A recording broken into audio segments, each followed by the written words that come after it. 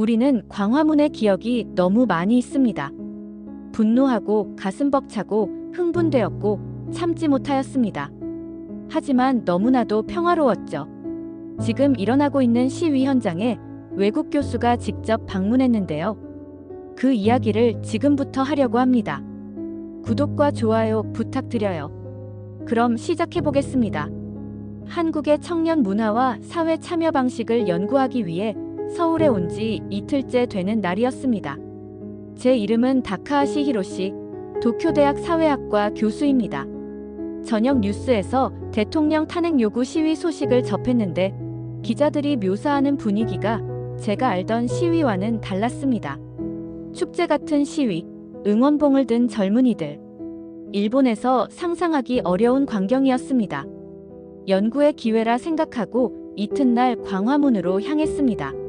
지하철역으로 가는 길, 평소와 다른 풍경이 펼쳐졌습니다.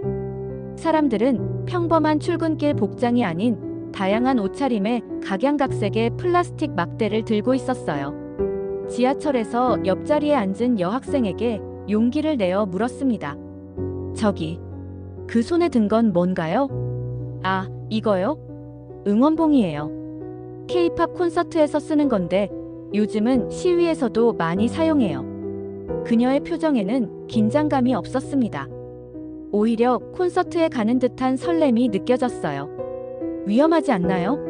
시위라면? 제 질문에 그녀는 웃음을 터뜨렸습니다. 위험하다니요? 우리는 즐기면서 목소리를 내는 법을 배웠어요. 정치 참여가 꼭 무겁고 심각할 필요는 없잖아요. 이런 대화가 가능하다는 것부터가 충격이었습니다. 일본에서는 정치에 관한 이야기는 대개 사적인 자리에서도 조심스럽게 다뤄지니까요. 광화문역에 도착해 지상으로 올라가자 숨이 멎을 듯한 광경이 펼쳐졌습니다. 수만 명의 인파가 광장을 가득 메우고 있었어요. 일본에서는 상상도 할 수 없는 규모였습니다. 제가 머릿속에 그리던 시위는 심각하고 때로는 폭력적인 충돌이 있는 모습이었습니다. 하지만 눈앞의 현실은 달랐어요. 대형 스크린과 조명 장비가 설치되어 있었고 마치 야외 콘서트장 같았습니다. 소녀시대의 다시 만난 세계라는 노래가 흘러나오자 수천 개의 응원봉이 일제히 흔들렸습니다. 캄캄한 밤하늘 아래 형형색색의 불빛이 춤추는 장면은 압도적인 아름다움이었어요. 시위대 속을 걸으며 다양한 모습을 관찰했습니다. 단순히 젊은이들만 있는 것이 아니었어요. 노인부터 학생까지, 심지어 아이들을 데리고 온 가족들도 있었습니다. 이색적인 깃발들도 눈에 띄었습니다. 마감 기한 못 지키고 참여한 작가 연합, 전국 집에 누워있기 연합, 강아지, 발냄새 연구회 같은 유머러스한 이름들이 적혀 있었어요. 그때 초등학생으로 보이는 소녀가 다가와 제게 응원봉을 건넸습니다. 외국인 아저씨도 함께해요. 이건 우리 모두의 문제니까요. 말문이 막혔습니다. 일본에서는 어린아이가 정치적 메시지를 이해하고 전달한다는 것 자체가 상상하기 어려운 일이었으니까요. 소녀의 눈빛에는 두려움이 아닌 확신이 담겨 있었습니다. 응원봉을 받아든 손이 떨렸습니다. 객관적 관찰자로서의 정체성과 이 순간의 진정성 사이에서 갈등했어요. 저는 그저 관찰자로 이곳에 왔을 뿐인데 어느새 그들 중 하나가 된 것 같았습니다. 근처에 있던 중년 남성이 저에게 말을 걸었습니다. 교수님처럼 보이는데 일본에서 오셨나요? 네, 맞습니다. 어떻게 아셨죠? 직감이죠. 그가 웃으며 말했습니다. 저도 도쿄에서 유학했거든요. 저희 시위 문화가 낯설게 느껴지시죠? 네, 아주 다릅니다. 일본에서 시위는 거의 없다고 봐야 할까요? 있어도 매우 조용하고 질서정연하게 진행됩니다. 우리나라 시위는 많이 변했어요. 과거에는 격렬했던 때도 있었지만 2016년 촛불 집회 이후로 평화적이고 창의적인 방식으로 발전했습니다. 우리는 정치 참여가 시민의 축제가 될 수 있다는 걸 배웠죠. 여러 시간 동안 시위 현장을 관찰했습니다. 놀라운 점은 시위가 끝난 후의 모습이었어요. 사람들은 자발적으로 쓰레기를 줍고 있었고 어떤 이들은 근처 가게에서 선결제를 해둔 음료와 음식을 다른 참가자들에게 나눠주고 있었습니다. 호텔로 돌아오는 길, 머릿속은 온통 혼란스러웠습니다. 왜 한국의 젊은이들은 이렇게 정치에 활발하게 참여하는 반면 일본의 젊은이들은 무관심할까요? 이건 단순한 문화적 차이일까요? 아니면 더 깊은 구조적 요인이 있을까요? 노트북을 펴고 급하게 메모를 시작했습니다. 한국의 청년 세대는 정치적 의사 표현을 두려워하지 않는다. 그들은 정치 참여를 일상의 일부로, 심지어 즐거운 활동으로 받아들인다. 이는 일본 청년들과는 완전히 다른 모습이다. 왜 이런 차이가 생겨난 걸까? 창밖으로 서울의 밤거리를 바라보며 결심했습니다. 이 연구 주제를 더 깊이 파고들겠다고. 그날은 제가 평생 알고 있던 정상에 대한 개념이 완전히 뒤흔들린 날이었습니다. 일본으로 돌아온 지 하루 만에 상황은 급변했습니다. 미야자키 학과장이 저를 사무실로 불렀어요. 그의 표정이 심상치 않았습니다. 다카하시 교수, 당신이 한국에서 시위 현장에 참석했다는 보고를 받았소. 저는 잠시 멈칫했습니다. 누가 저를 감시하고 있었단 말입니까? 네, 청년 문화 연구의 일환으로 관찰했습니다. 정말 흥미로운 현상이었습니다.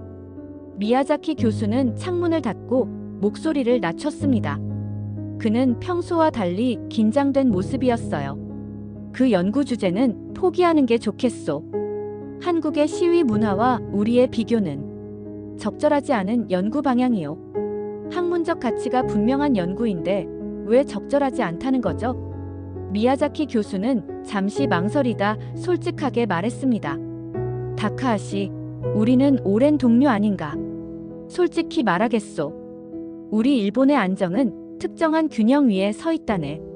시민들의 정치적 무관심이 그 균형의 핵심이요. 이 말에 충격을 받았습니다. 미야자키는 정치학자로서 명망이 높은 사람이었습니다. 그가 이런 발언을 하리라고는 상상도 못했어요.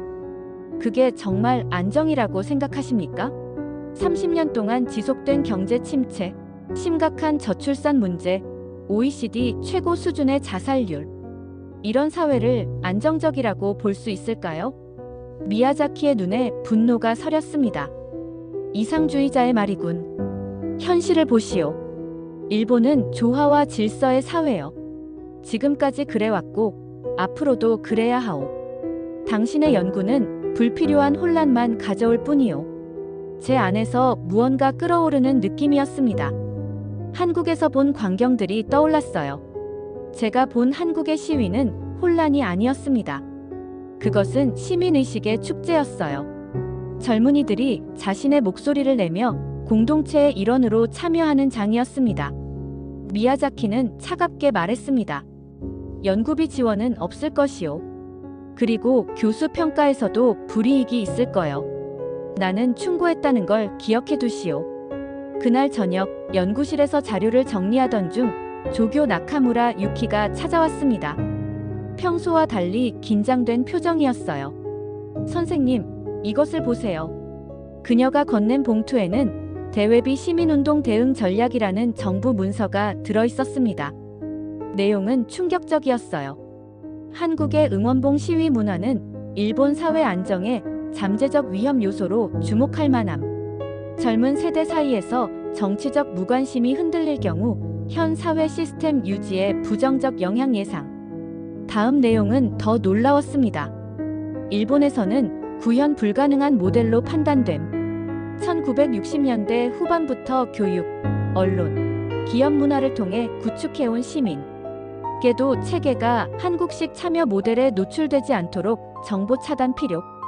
가슴이 빠르게 뛰었습니다. 이건 단순한 우려가 아니었어요. 체계적인 통제 시스템의 증거였습니다. 나카무라, 이걸 어떻게 구했어? 나카무라는 잠시 침묵했다가 고백했습니다. 사실, 제가 외무성 산하정보분석과에서 파견 나온 요원입니다. 선생님의 연구를 감시하라는 임무를 받았지만 이 문서를 보고 양심의 가책을 느꼈어요. 그녀의 고백에 당혹스러웠습니다. 그동안 제 옆에서 믿고 의지했던 조교가 스파이였다니. 선생님, 조심하세요. 당신의 이메일, 통화 내역, 연구실까지 모두 감시받고 있어요. 다음 날 아침, 연구실 컴퓨터의 모든 자료가 사라져 있었습니다. 다행히 주요 자료는 개인 클라우드에 백업해 두었어요. 사태의 심각성을 깨달은 저는 학술 교류 프로그램을 핑계로 다시 한국행 비행기에 올랐습니다. 서울대 김민준 교수와 비밀리에 만남을 약속했기 때문이었어요. 도쿄를 떠나기 전 나카무라가 마지막으로 건넨 말이 제 귀에 맴돌았습니다. 일본이 표면적으로 평화롭고 안정적으로 보이는 이유는 저항의 언어 자체를 잃어버렸기 때문입니다. 선생님, 우리에게 그 언어를 다시 찾아주세요. 김민준 교수는 서울대학교 정치학과의 저명한 학자였습니다. 서울의 한 조용한 카페에서 만난 그는 예상보다 젊어 보였지만 눈빛에는 깊은 통찰이 담겨 있었어요. 다카하시 교수님, 솔직히 놀랐습니다. 이런 주제를 연구하는 일본 학자는 처음 뵀네요. 저도 충격적인 발견을 했습니다. 우리 정부가 의도적으로 시민들의 정치 참여를 억압해왔다는. 김 교수는 커피를 한 모금 마시며 말했습니다. 그 사실은 한국 학계에서는 공공연한 비밀이었습니다. 일본에 침묵하는 민주주의는 우연이 아니라 설계된 것이라고 봐요. 왜 우리 두 나라는 이렇게 다른 길을 걷게 되었을까요? 역사적 맥락이 완전히 달랐기 때문입니다. 김 교수의 설명이 이어졌습니다. 한국인들은 민주주의를 위해 피를 흘렸어요. 4.19 혁명, 광주 민주화 운동, 6월 항쟁. 이런 과정에서 많은 희생자가 발생했고 그들의 죽음이 헛되지 않게 하기 위해 우리는 끊임없이 기억하고 계승해왔습니다. 그는 창밖을 바라보며 계속했습니다. 반면 일본은 패전 후 미국에 의해 민주주의 제도만 이식받았을 뿐 그 정신은 내면화하지 못했어요. 더구나 60년대 안보투쟁 이후 시민사회의 역동성이 체계적으로 약화되었죠. 어떤 식으로 약화되었나요?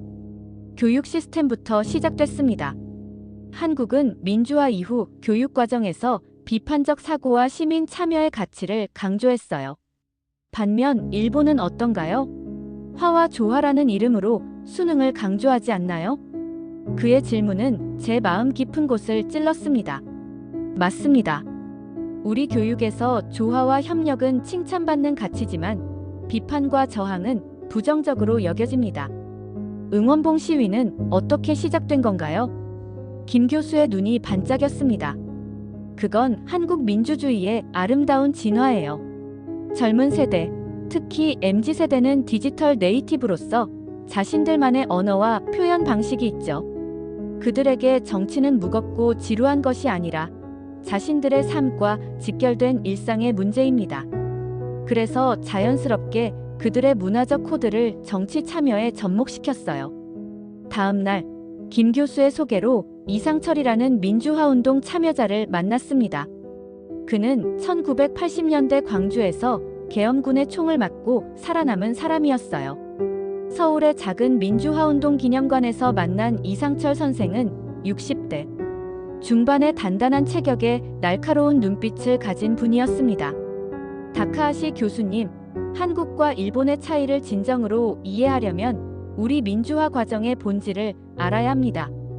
그는 기념관을 천천히 안내하며 한국 민주화의 역사를 들려주었습니다. 전시된 사진들 앞에서 그의 목소리는 때로는 떨리고 때로는 단단해졌어요. 우리가 민주주의를 쟁취한 방법에는 두 가지 핵심이 있습니다. 이상철 선생은 전시된 교과서 앞에 멈춰 섰습니다. 첫째, 우리는 역사를 거짓 없이 가르칩니다. 과거의 아픔과 잘못도 그대로 교육하죠. 일본과 달리 우리는 역사를 미화하거나 왜곡하지 않습니다. 그의 말은 제 마음을 무겁게 했습니다. 일본 교과서의 전쟁 서술이 얼마나 모호하고 미화되어 있는지 떠올랐어요. 둘째, 우리는 시위가 평화적이어야 한다는 것을 뼈저리게 배웠습니다. 이한열이라는 대학생을 아십니까? 저는 고개를 저었습니다. 1987년 6월, 그는 민주화를 요구하다 경찰이 쏜 최루탄에 맞아 숨졌습니다. 그의 죽음은 우리에게 폭력의 위험성을 가르쳤어요. 폭력은 대의를 훼손하고 더 큰 희생을 불러온다는 교훈을 얻었죠. 이상철 선생은 자신의 팔에 있는 흉터를 보여주었습니다. 저는 광주에서 총상을 입었습니다. 그날의 공포와 분노는 지금도 생생해요. 하지만 우리는 복수가 아닌 화해와 진실을 선택했습니다. 그래서 우리의 저항은 점점 더 평화적이고 창의적으로 진화했어요. 오후에는 서울대학교 캠퍼스를 방문했습니다. 학생들이 자유롭게 토론하는 모습이 인상적이었어요. 놀랍지 않나요? 이상철 선생이 말했습니다. 정치적 의견이 다르더라도 서로 존중하며 토론합니다. 우리는 이런 문화를 학교에서부터 배워요. 일본에서는 정치 토론이 금기시되는 경향이 있습니다. 특히 교실에서는요. 그게 바로 차이입니다. 일본의 교육은 조화를 강조하지만 한국은 비판적 사고를 가르칩니다. 우리 민주주의의 가장 강력한 수호자는 교육받은 시민들이에요. 저녁에는 대학생들이 모인 소규모 집회에 참석했습니다. 그곳에서 가장 인상적이었던 것은 민주시민 교육 부스였어요. 대학생들이 고등학생들에게 민주주의의 가치와 평화적 시위의 중요성을 가르치고 있었습니다. 우리는 다음 세대에게 민주주의를 지키는 방법을 물려줍니다. 투쟁의 경험과 지혜를 공유하는 거죠. 이상철 선생의 말을 들으며 일본의 모습이 떠올랐습니다. 일본에서 정치 교육은 철저히 중립이라는 이름 아래 회피되고 있었어요. 젊은이들은 정치 참여가 위험하고 불필요한 것이라고 배웁니다. 숙소로 돌아와 노트북에 기록했습니다. 한국의 시민의식은 세 가지 기둥에 의해 지탱된다. 거짓 없는 역사 교육, 과거의 아픔을 직시하고 교훈을 얻는다. 평화적 저항의 가치, 폭력은 대의를 훼손하고 더 큰 희생을 부른다. 세대 간 경험 공유, 민주주의를 지키는 방법이 체계적으로 전수된다. 반면 일본은 이 세 가지가 모두 결여되어 있다. 창밖으로 서울의 밤거리를 바라보며 깊은 감동을 느꼈습니다. 이것이 진정한 민주주의구나. 시민들이 스스로의 힘으로 지켜나가는 살아있는 가치. 이상철 선생의 마지막 말이 머릿속에 맴돌았습니다. 다카하시 교수님, 민주주의는 완성된 선물이 아니라 매일 가꾸어야 하는 정원과 같습니다. 한국인들은 그 정원을 가꾸는 법을 배웠고 그 과정 자체를 즐기기 시작했습니다. 그래서 우리의 시위는 축제가 된 거예요. 그날 밤 결심했습니다. 이 진실을 일본에 알리겠다고. 제 경력이나 지위는 중요하지 않았습니다. 시민으로서, 학자로서 해야 할 일이 분명했으니까요. 일본으로 돌아온 저는 대학 세미나에서 발표를 준비했습니다.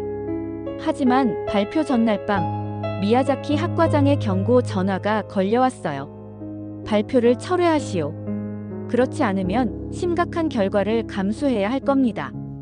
밤새 고민했지만 결국 진실을 말하기로 결심했습니다. 저는 학자로서 그리고 시민으로서의 책임을 다해야 했으니까요. 세미나장은 평소보다 많은 사람들로 가득 찼습니다. 익숙하지 않은 얼굴들도 보였어요. 아마도 대학 외부에서 온 사람들일 겁니다. 오늘 저는 한국과 일본의 시민 참여 문화 비교 연구 결과를 발표하겠습니다. 첫 슬라이드를 넘기자 예상대로 미야자키가 벌떡 일어났습니다. 이 주제는 승인되지 않았소. 지금 중단하시오. 순간 강의실이 조용해졌습니다. 모든 시선이 저를 향했어요. 제 심장은 빠르게 뛰었지만 목소리는 단단했습니다. 미야자키 교수님, 이것은 학문의 자유 문제입니다. 진실이 불편하다고 침묵해야 한다면 우리는 학자가 아니라 어용학자일 뿐입니다. 청중 속에서 젊은 연구자들의 박수 소리가 들려왔습니다. 미야자키는 얼굴이 붉어진 채 자리에 앉았어요. 발표를 이어갔습니다. 겉으로 보기에 한국과 일본은 모두 집단주의 문화를 가진 것처럼 보입니다. 하지만 그 본질은 완전히 다릅니다. 일본의 집단주의가 수능과 조화를 강요하는 수직적 구조라면 한국의 집단주의는 연대와 참여를 중시하는 수평적 구조입니다. 슬라이드를 넘기며 시위 문화의 차이를 설명했습니다. 한국인들이 평화적이면서도 축제 같은 시위를 할 수 있는 이유는 세 가지입니다. 첫째, 진실된 역사 교육으로 무엇이 잘못되었는지 판단할 수 있는 능력을 갖췄기 때문입니다. 둘째, 과거의 폭력적 시위가 초래한 비극의 교훈을 체득했기 때문입니다. 셋째, 세대 간 민주주의 경험의 전수와 발전이 이루어지고 있기 때문입니다. 청중들의 관심이 고조되는 것을 느꼈습니다. 특히 젊은 연구자들의 눈빛이 달라졌어요. 그리고 이번 연구에서 가장 충격적인 발견을 공유하겠습니다. 화면에 일본 정부 내부 문서의 일부를 띄웠습니다. 일본 정부는 1970년대부터 사회 안정화 프로젝트라는 이름으로 시민들의 정치적 무관심을 체계적으로 조장해왔습니다. 이는 단순한 문화적 특성이 아닌 의도적인 사회 통제의 결과입니다.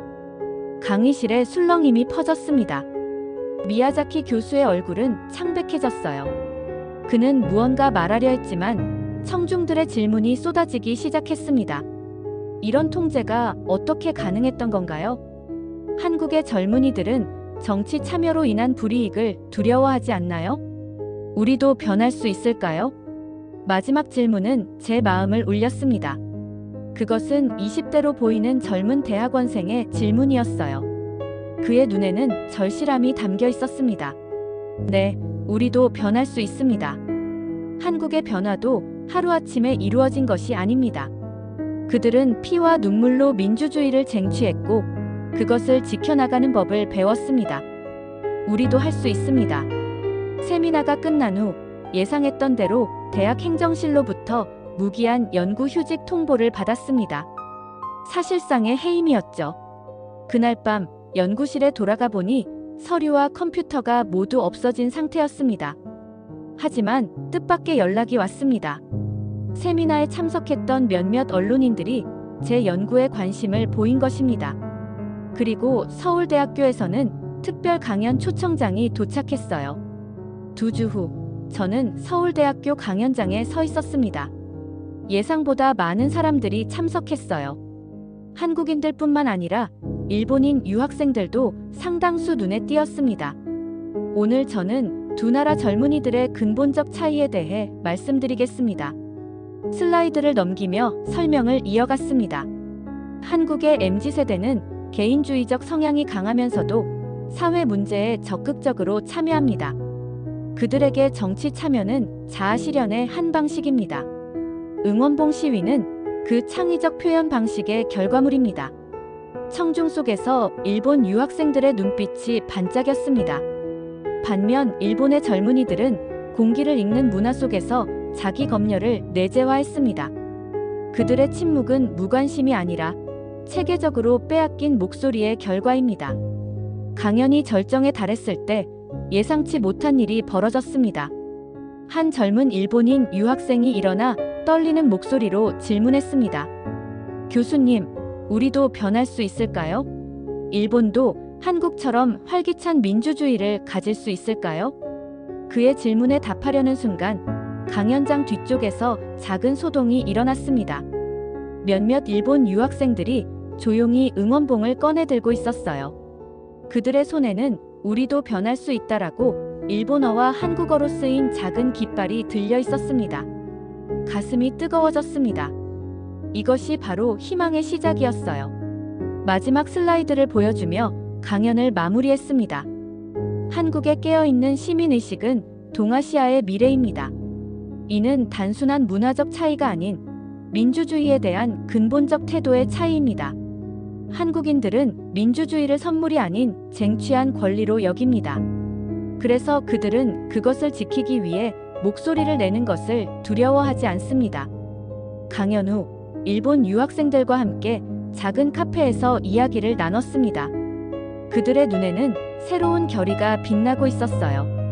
다카하시 교수님, 일본으로 돌아가면 무엇부터 시작해야 할까요?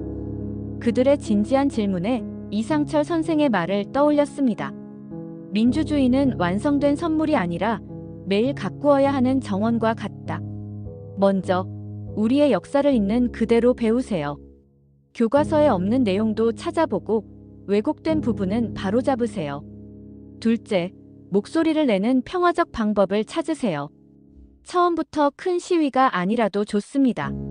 작은 토론회, 스터디 모임부터 시작해보세요. 셋째, 서로 연대하세요. 혼자서는 어렵지만 함께라면 가능합니다.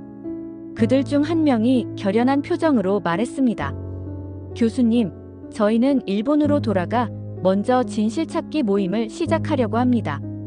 한국의 대학생들처럼 우리도 배우고 토론하고 행동할 거예요. 그 말을 들으며 깊은 감동을 느꼈습니다.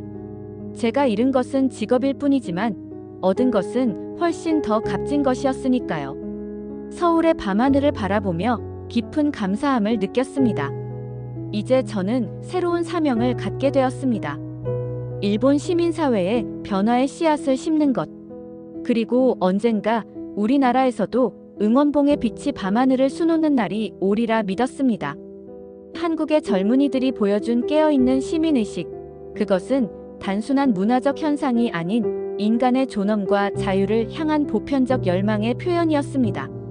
그들에게서 배운 가장 큰 교훈은 민주주의가 제도가 아닌 시민들의 삶 속에 살아 숨쉬어야 한다는 것이었습니다. 돌아가는 비행기에서 창밖을 바라보며 생각했습니다. 지금 일본은 겨울이지만 언젠가 봄은 올 것입니다.